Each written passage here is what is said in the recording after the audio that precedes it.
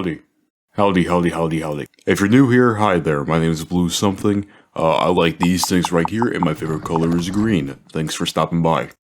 The thing you just watched was a game over from the game Metroid Prime 2. It came out in 2004. As you can probably tell, it's a little bit dramatic. In fact, it was dramatic enough where I had to cut out a tiny section of it because it was going on for too long in the introduction, but that's besides the point. What I want to focus on today is the last screen here before zooming into the deep void of blackness.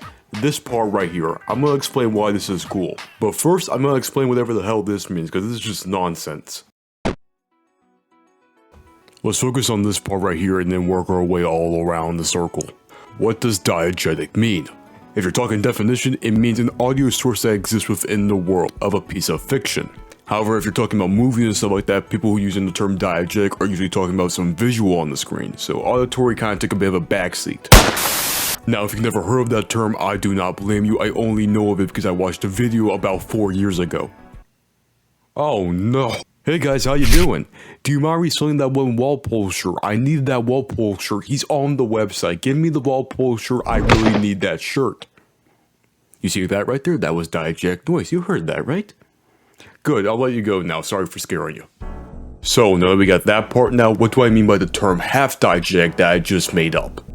It's a bit tricky to explain, but if I gotta bog it down, I would say information delivered within the world of fiction that is designed to only be read by the audience. But wait a second, what does this mean? What does this mean, buddy? Are you going to explain that? Yes, I will. Please sit down. Okay, so just for example purposes, imagine in your brain a video game start menu with options to start, quit, and an options button. Most of you guys will probably come up with something resembling this. And maybe this if you're overachieving. 80, that's not what I'm asking for. But yeah, going back to this, you got your buttons, you got a random aesthetic background, maybe the logo on the screen, you're feeling good that day. And that right there is a done deal. Put your copyright info and you're good.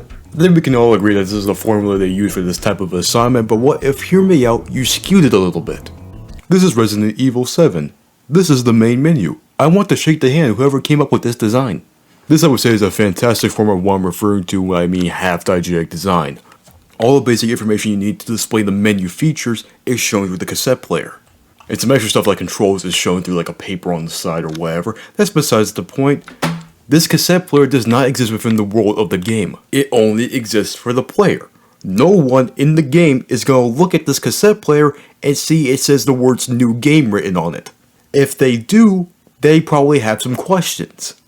But what that essentially means is that this no longer exists as diegetic information because no one is seeing it. If you're familiar with a tree falling in the forest and no one's there to hear it, that's the exact same thing I'm talking about right now. So, I was a little disappointed when Resident Evil 8 decided to go back to the standard menu design I mentioned about 8 sentences ago.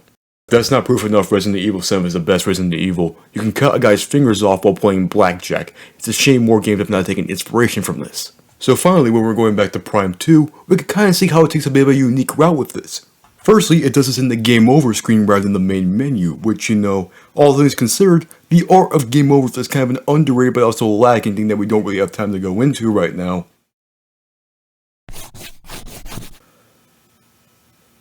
You know what? Let's do it. Let's do it.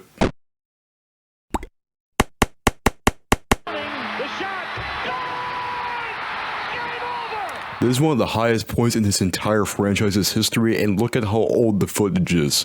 Look, I'm gonna make this brief. My audio quality has already shifted like 4 times this video, so yeah.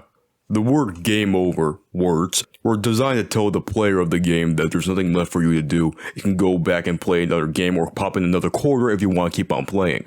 But over time, the phrase has kind of etched itself into a different form of meaning that you fail on almost a binary level, so you're going to have to try again, and it's going to take a lot of work. It became a synonym for the word failure, and it's using that term to describe a multitude of things, from a company going under to a sports team bombing something. Jesus Christ.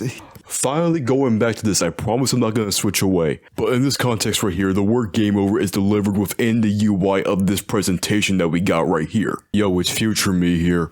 Get rid of the U. It's just the interface. It's just I. Messy. As far as we know, no one is seeing this in the world besides us, the players. You could make the argument this is a Vitals from the Space or, Jesus Christ, Galactic Federation or something, but as far as we know, that's not the case here. This is really only for us, the player, but it's delivered in the setting of this Vitals menu. That's awesome. It gives a small sense of fourth wall breaking that makes you think when you see it. Always it does for me. I don't know about you guys. But to really hammer home the point here, it's amazing that they do this for a game over screen in a way that makes you think whether or not that this exists in the world. I mean, for all we know, this could be a sick joke by some Galactic Federation programmer out there, but the message itself is grounded a little bit. That right there was the mixture I was talking about. You thought I forgot? I want to apologize to future me while editing this because I know it's not going to be a fun time for him. But while you're still here, I have a bit of an interesting concept to show you. Check this out.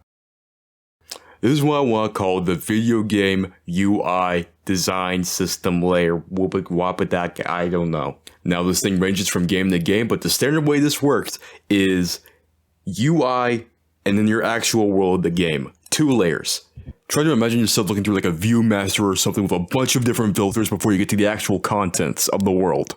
It's a fun little thinking process. You just don't use it with Metal Gear Solid 3. Or Gary's mod. Or Batman's Arkham Asylum, because that thing just completely implodes this entire system. Or anything else really. Never mind, just throw this whole system out. Shout out to the beginner's guy in the Stanley Parable.